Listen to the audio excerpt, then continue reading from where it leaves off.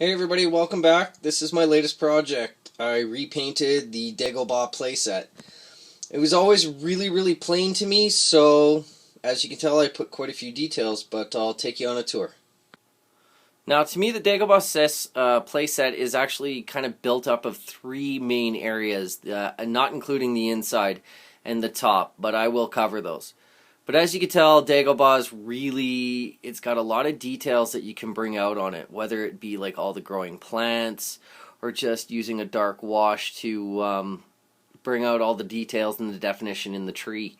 I wanted to paint the hut to like let it know it be there, because the original two colors of this thing is simply just a brown and a beige, and it was just so plain that I just couldn't have it. Now some people might say overkill with the moss, but I don't think so. Dagobah is a very swampy planet, and I gotta be honest with you, it's one of my favorite scenes in the Empire Strikes Back. And the thing is, I've been to a few swamps, and there's not much that life is not growing on.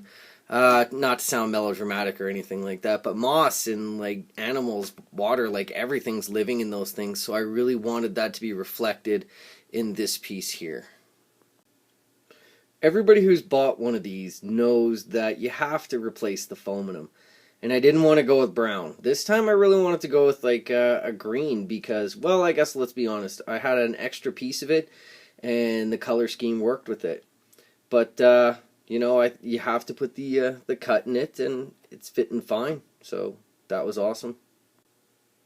I'll be honest with you, a glue pen and that fine green powder that you can buy in any hobby shop did most of the work on this thing. I mean, I painted the gimmick, but to be honest, that green thing, I really would have liked to have done it in translucent.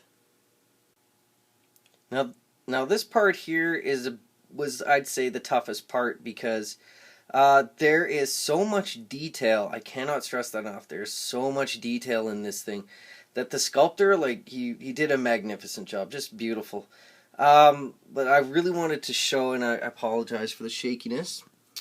This is actually supposed to be leaves. So I really wanted to like capture the dead and rotting kind of leaves. If you've ever seen in the forest and stuff, they're always brown. There's very little orange. Put some black in there, and that took about 7 different colors to get that the way I wanted it. Just a bit more detail here. And like I did with Castle Grayskull and all the other ones I've done, I like the gimmicks to work. You know, I really don't want to. It's a classic piece. They're old as it is, and I'd still like them to work, but I still want them to look a little better. And what I did is I actually just painted those green just to kind of give them a little bit more camouflage, because if you remember, they're brown. Just wanted to do a little bit of a close-up on the rock here.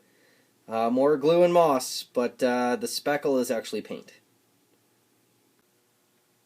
Now, if the gimmicks are going to stay, I have to say this is one I kind of wish wasn't there. I always found it really cheesy how you would move these guys around. And to be honest, Luke Skywalker and Darth Vader didn't really have much of a fight whenever I was playing with them.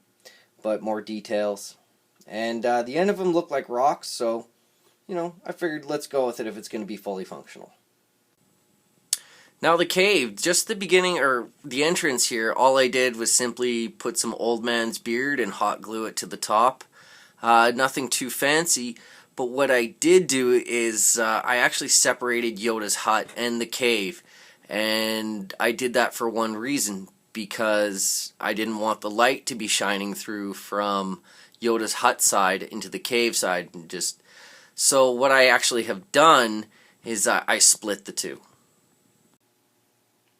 So yeah, I just split it with a piece of cardboard and painted it white on one side and black on the other side, because I had to do that because this thing actually lights up. Yeah, I figured a pretty dark room would be the best way to show how I've got this thing to light up. As you can tell, it's got a nice little flicker to it, which makes it seem like there's a fire going on inside, and it's just like these little things that just make it so worth, you know, making them. If you can have these, like, this is my first light up project. And to do that effect, all I had to do was just get one of these, and these are available at like HomeSense, all sorts of places. I just drilled a hole in the bottom and you stick it through and it looks awesome. And I did a few details on the inside. I just kind of lightened it and stuff, but my main focus was the outside of this thing. Like, I've seen people put little pieces of leather which make it look like he's got a carpet, and they really do it up, a fireplace and everything. But you can see the hole where the candle comes through. So the last thing I want to show is the top of it. I always thought it looked kind of silly with a big seam running down the center. And I mean, you still can see it, but, and I need to actually, a lot of the stuff flaked out. I didn't put enough glue on. That's pretty much it. I wanted to finish off the top because, I mean, it is another level for the play value, but it just looked incomplete. So, thanks a lot, guys, for coming to look at my Dagobah Playset repaint. I'd love to keep doing playsets. One day I'll probably pick up an Ewok Village and do that. But as for now, I'm running a little thin. I don't know when I'm going to be doing something like this again, so I really wanted to take my time on it. So, thanks a lot, guys, for watching, and I'm up to almost 150 subscribers now, so you guys must be liking my stuff. So, thank you again. Take care and be safe out there.